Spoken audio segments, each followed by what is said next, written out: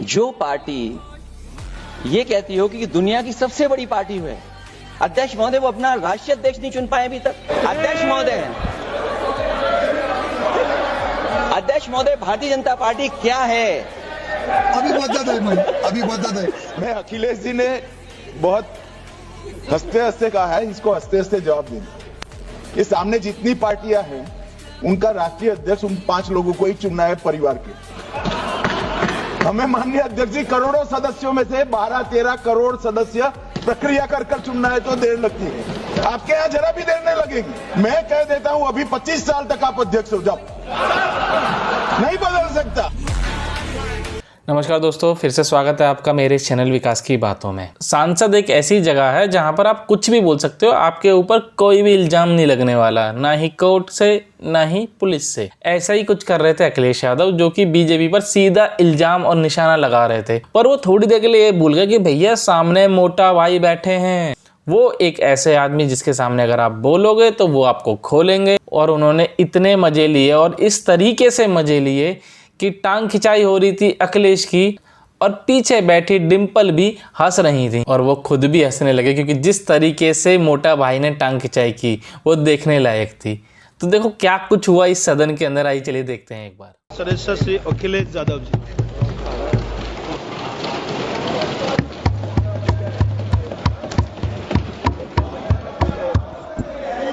Please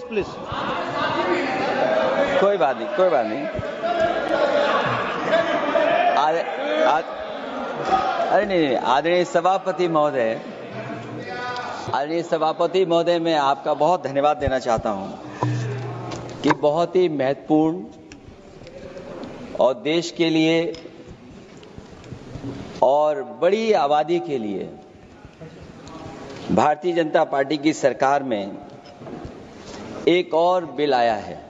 अध्यक्ष महोदय, ये जो इस बार जो वक्फ बिल आया है, नाकामी का पर्दा इस बार है वक्फ बिल। और नाकामी कोई एक आध नहीं है, मैं कई नाकामियां बता सकता हूं। अभी मैं माननीय सदस्यों को सुन रहा था, वो पुराने कई बिल उनके बारे में चर्चा कर रहे थे कि कितने प्रोग्रेसिव बिल लेकर के आए हैं। मुझे याद है, मैं उत्तर प्रदेश में उस समय था और मुझे लगा कि शायद इनकी वो बात ठीक होगी। एक ये बहुत तैयारी के साथ फैसला लेकर के आए थे और फैसला ये लिया था आधी रात के आज के बाद नोट नहीं चलेंगे, नोट बंद हो जाएंगे। अध्यक्ष महोदय, उस नोटबंदी नाकामी के बारे में भी तो चर्चा हो जाए कि अभी भी न जाने कितनी जगह पर कितना रुपया निकला जा रहा है, कितना निकल करके आ रहा है। केवल नाकामी नोटबंदी की नहीं, नाकामी बेरोजगारी की भी है, नाकामी महंगाई की भी है, नाकामी किसान की आय दोगुनी नहीं कर पाए वो भी इनकी नाकामी है। मुझे याद है, एक माननीय मंत्री जी पूरे देश की नदियों के बारे में बीओडी बता रहे थे, लेकिन माननीय मंत्री जी ये भूल गए कि उनके शहर में, उनके क्षेत्र की जो नदी है उसकी बीओडी क्या है। गंगा क्या साफ हो गई, यमुना क्या साफ हो गई, स्मार्ट सिटी क्या बन गई, क्या गोद लिए हुए गांव इन्होंने गोद से उतार दिए, उनकी क्या दुर्दशा है। इसलिए मैं कहना चाहता हूं, ये नाकामी का पर्दा इस बार वक्फ बिल बना है। और सबसे बड़ी बात तो यह है कि जिसके लिए फैसला होना है उसकी बात को अहमियत न देना भी नाइंसाफी है। अध्यक्ष महोदय, नाकामी केवल यहां तक नहीं है। और भारतीय जनता पार्टी क्या है, मैं केवल एक पुरानी घटना याद करता हूं। एक बार फैजाबाद अयोध्या में एक कार्यक्रम था, उसमें बड़ी तैयारी की गई थी और तैयारी के साथ कलाकार मुंबई से बुलाए गए थे। हो सकता है वो सहमति दिल्ली से ना रही हो, केवल लखनऊ की सहमति से हो रहा हो कार्यक्रम।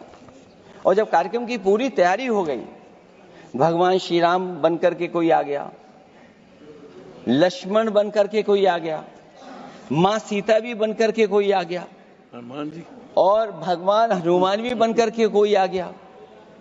लेकिन जब लखनऊ से वो हेलीकॉप्टर उड़ा और अयोध्या पहुंचा तो सब लोग थे, लेकिन उसमें हनुमान नहीं थे। अध्यक्ष महोदय, मैं भारतीय जनता पार्टी के लोगों से कहूंगा कि जानकारी करिए कि आखिरकार भगवान श्री राम थे, लक्ष्मण थे, सीता थी, लेकिन हनुमान क्यों नहीं थे? हनुमान इसलिए नहीं थे, शायद उनकी जात या धर्म कुछ और था। अध्यक्ष महोदय, ये देश मिली जुली संस्कृति से चला है। कुछ हमने सीखा, कुछ उन्होंने सिखाया।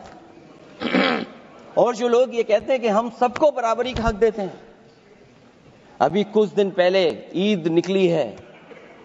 अध्यक्ष महोदय, वो परंपरा रही है, न केवल मैं जाता हूं बल्कि कोई दल का नेता ऐसा नहीं न जाता हो उस कार्यक्रम में शामिल होने। भारतीय जनता पार्टी के जो मुख्यमंत्री, उप मुख्यमंत्री, वो भी जाते हैं, उप मुख्यमंत्री, सभी धर्मों के नेता आते हैं। लेकिन पता नहीं इस बार क्या साजिश थी, षड्यंत्र था कि वहां पर कुछ पाबंदी लगी हुई थी। अगर किसी कारण पाबंदी लगी हुई थी तो बात समझ में आती है, लेकिन जब जानकारी हुई है, किसी को नहीं पता था कि पाबंदी क्यों लगी है कि आप नहीं जा सकते वहां पर कार्यक्रम में शामिल होने। क्या यही भारत है, यही संविधान हमें रास्ता दिखाता है? अध्यक्ष महोदय, जो आज बिल पेश हुआ है, मैं हिंदी और अंग्रेजी को जो कुछ समझ सकता हूं वो यही मैं कह सकता हूं कि माननीय मंत्री जी ने ये कहा कि ये उम्मीद है। ये उम्मीद कैसे बना है, अंग्रेजी में भी मुझे समझ में नहीं आ रहा कि उम्मीद है, ये हिंदी में भी समझ में नहीं आ रहा कि ये उम्मीद है। यूनिफाइड वक्फ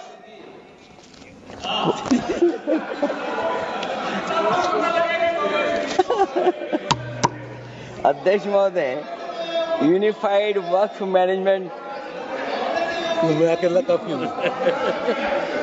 अध्यक्ष महोदय, ये अध्यक्ष महोदय, मैं समझ सकता हूं कि मैं वो बात छेड़ना नहीं चाहता था, लेकिन क्या करूं, मजबूरी है अब। अध्यक्ष महोदय, अभी माननीय सदस्य लोग ये कह रहे हैं कि हमारे सदस्य नहीं है यहां पर, जो हमारे साथी हैं।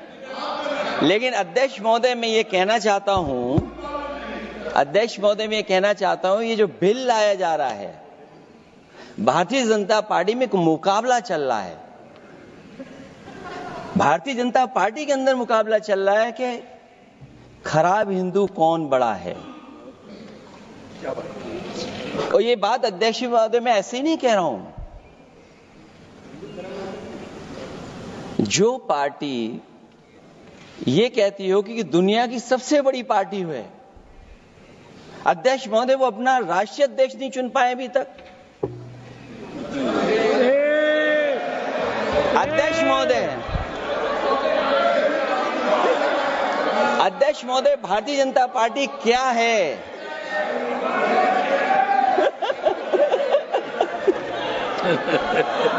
जी, मैं अखिलेश जी ने बहुत हंसते हंसते कहा है, इसको हंसते हंसते जवाब देना। ये सामने जितनी पार्टियां हैं उनका राष्ट्रीय अध्यक्ष उन 5 लोगों को ही चुनना है, परिवार के। हमें माननीय अध्यक्ष जी करोड़ों सदस्यों में से 12-13 करोड़ सदस्य प्रक्रिया कर कर चुनना है तो देर लगती है। आपके यहां जरा भी देर नहीं लगेगी। मैं कह देता हूं, अभी 25 साल तक आप अध्यक्ष हो जाओ, नहीं बदल सकता। सच बात है, बिल्कुल भी बदला नहीं जाएगा। अध्यक्ष बदला ही नहीं जा सकता। क्यों? हाँ, उनको अगर उनका बेटा आके, जैसे उन्होंने अपने पिताजी को हटाया था, जैसे अगर जैसे उन्होंने अपने पिताजी यानी मुलायम सिंह यादव को हटाया था, सेम उसी तरीके से इनका बेटा आकर इन्हें हटा दे और कह रहे भैया पापा आप बहुत देर हो गई, रिटायर हो जाओ, तो ही एक चांसेस है, वरना इन्हें कौन हटा सकता है भाई। जो सोचेगा वो ही पार्टी से गायब हो जाएगा। तो आपको वीडियो कैसी लगी कमेंट में ज़रूर बताएं। मिलते हैं आपसे नेक्स्ट वीडियो में, तब तक के लिए जय हिंद, जय भारत, अखंड भारत।